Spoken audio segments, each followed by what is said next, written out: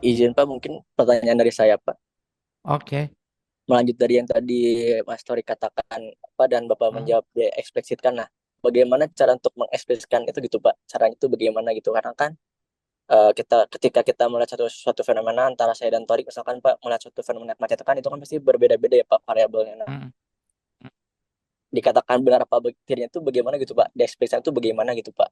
Terima kasih Pak. hmm. Oke. Dieksplisitat itu diceritakan, bisa secara lisan kan. Eh, Nova bercerita dari sudut pandang Nova, ya.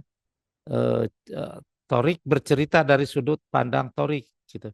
Tetapi disampaikan juga asumsinya apa, gitu. Dalam bentuk tertulis juga bisa, tapi sampaikan juga asumsinya apa.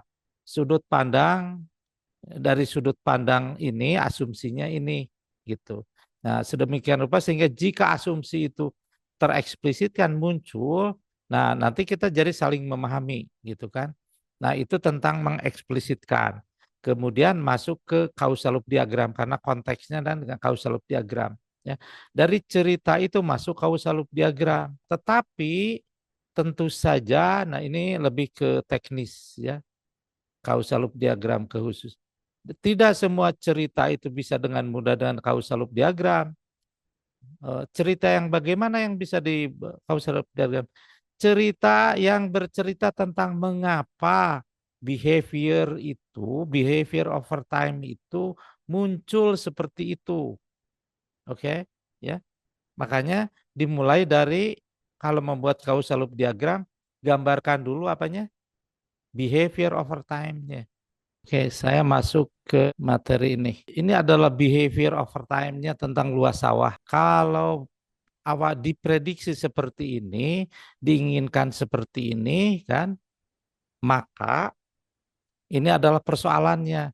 Persoalan dalam perspektif desain kebijakan, dalam perspektif sistem untuk desain kebijakan. Ya. Kemarin pertanyaan saya kan, problem itu apa? Definisi persoalan itu apa? Ya, secara umum persoalan itu perbedaan antara das solon dan das sein, antara kondisi yang diinginkan dengan kondisi existing. Dalam konteks untuk desain kebijakan dengan perspektif sistem, yang namanya persoalan itu ini.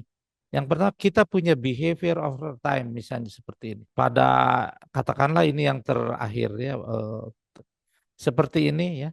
Kalau diprediksi seperti ini ya, sedangkan yang diinginkan seperti ini naik maka ini gap. Persoalan tuh ini. Kemudian di manakah fungsi sistem dynamics? Pertama dia memprediksi ya. Pertama dia memprediksi jika kondisi ini dibiarkan apa adanya, bagaimana prediksinya? Itu pertama. Ini yang pertama, prediksi ya. Itu. Yang kedua itu bagaimana kondisi yang diinginkan ini bisa dicapai. Ini tujuan utama sistem dynamics. Kalau ini yang pertama sama dengan statistik yang memprediksi. Kedua ini bagaimana mengubah keadaan sedemikian rupa sehingga keadaan yang akan datang berlaku seperti ini kondisinya, naik seperti yang diinginkan. Kedua. Nah, untuk bisa menjawab ini, kita harus tahu mengapa behavior over time-nya seperti ini.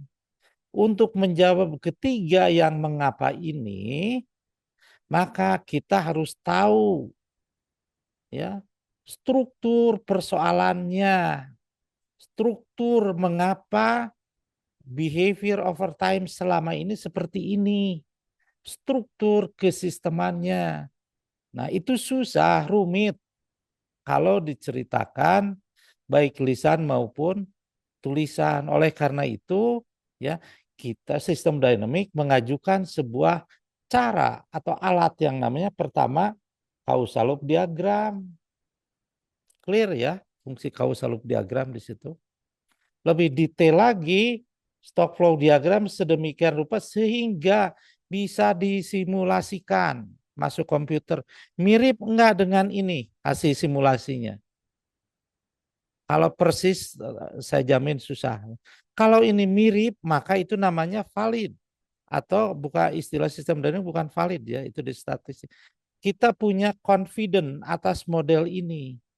Kalau dibiarkan model itu apa adanya, maka model itu bisa memprediksi kalau disimulasikan. Seperti itu kan? Nah, untuk bisa mengubah ini kan, maka kita harus mengintervensi apa? Yang menyebabkan ini apa? Ya ini struktur. Struktur ini digambarkan causal loop diagram dan stock flow yang lebih detail. Ya udah intervensi. Baik itu causal loop diagram maupun stock flow. Kita punya apa? Yang lebih detail tentu saja ini ya. Kalau sudah bisa mengintervensi di sini, intervensinya maka ini bisa mana titik-titik mana diintervensi, gimana caranya supaya tidak seperti ini, tapi berubah seperti ini. Ini disimulasi ceritanya, gitu. Itu tentang duduk persoalan causal loop diagram, stock flow diagram. Jadi kembali causal loop dan stock flow diagram bercerita tentang behavior over time ya, yang selama dalam rentang waktu ini ya dinamis ya, makanya namanya sistem dynamics ya. Cerita tentang struktur tentang cerita tentang mengapa ya. Jadi deskripsinya tentang mengapa itu.